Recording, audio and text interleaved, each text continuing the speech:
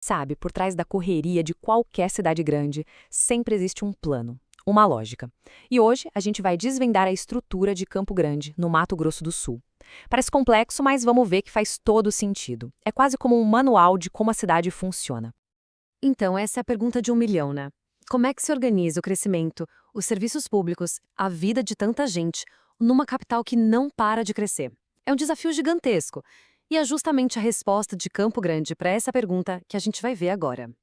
Bom, para começar, a gente precisa entender a anatomia da cidade. Sabe, como ela é dividida, das partes maiores, até chegar ali na rua de casa, no nível mais local.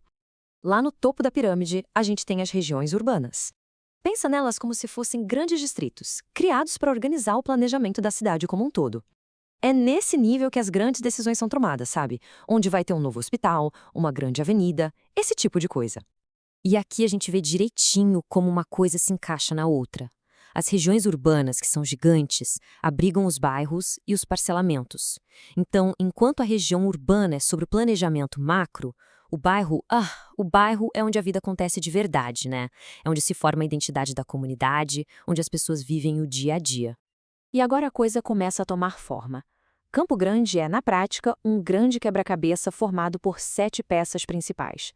Vamos dar uma olhada nessas regiões que juntas formam um retrato completo da cidade. É isso mesmo! A capital inteira é dividida em 7 grandes áreas administrativas: Anhanduizinho, Bandeira, Centro, Imbiruçu, Lagoa, Prosa e Segredo. E o interessante é que cada uma delas tem suas próprias características, seus próprios desafios. E aqui a gente vê como essa divisão funciona na prática.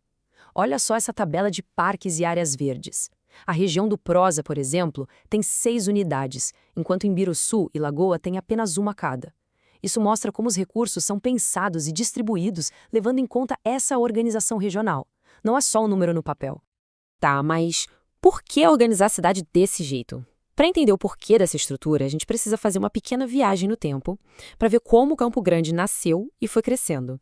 A história e a organização da cidade andam de mãos dadas. Tudo começou com a chegada da ferrovia lá nos anos 1910. Logo depois, em 22, surge o bairro Amambaí, já mostrando uma primeira tentativa de expansão organizada. Aí, em 77, virou capital e tudo acelerou. O plano diretor de 2006, então, é a resposta mais moderna para organizar todo esse crescimento. E essa frase aqui, nossa, ela resume tudo, né?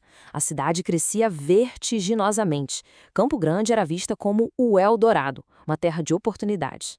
E foi justamente esse crescimento explosivo que obrigou a cidade a se planejar, a criar essas estruturas para não virar um caos. Isso tudo nos traz de volta para os dias de hoje. Como é que se gerencia essa complexidade toda? Bom, existe um sistema por trás de tudo, uma verdadeira sala de máquinas que cuida do planejamento da cidade. O nome oficial disso é Sistema Municipal de Planejamento, ou SMP. Ele funciona quase como o sistema nervoso central da cidade, sabe? Conectando todas as partes que pensam e executam o desenvolvimento urbano. E é importante deixar claro que isso não é trabalho de um órgão só, é um esforço coordenado. A Planurb meio que rege a orquestra, mas tem secretarias importantes como a Semadur e a Segov. E, o mais importante, os conselhos comunitários, que são literalmente a voz de quem mora na cidade. Ok, mas e as pessoas? Como a população entra nessa história toda?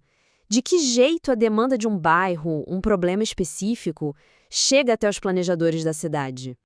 A resposta está aqui, nos conselhos regionais. Eles são um canal oficial, a ponte direta entre as necessidades lá da ponta do bairro e as grandes decisões que são tomadas na prefeitura. E para ninguém achar que isso é só no papel, olha esses números de 2023. São dezenas de reuniões.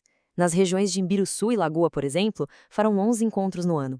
Isso mostra que são espaços ativos, onde as vozes dos moradores são realmente ouvidas e levadas a sério. Então, o caminho fica bem claro. Começa com um morador, numa reunião de conselho, levantando um problema. Esse conselho organiza e formaliza a demanda.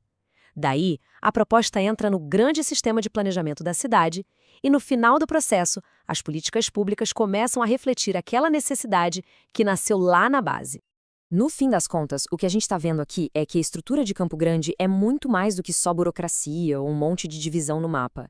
É um sistema pensado para garantir que o crescimento da cidade seja não apenas organizado, mas também democrático, ouvindo quem vive nela. E tudo isso leva a gente a pensar, né? O modelo de Campo Grande mostra um caminho. Então fica a pergunta: como será que a cidade onde a gente vive se organiza? Como a voz da comunidade é ouvida? É uma boa reflexão para se fazer.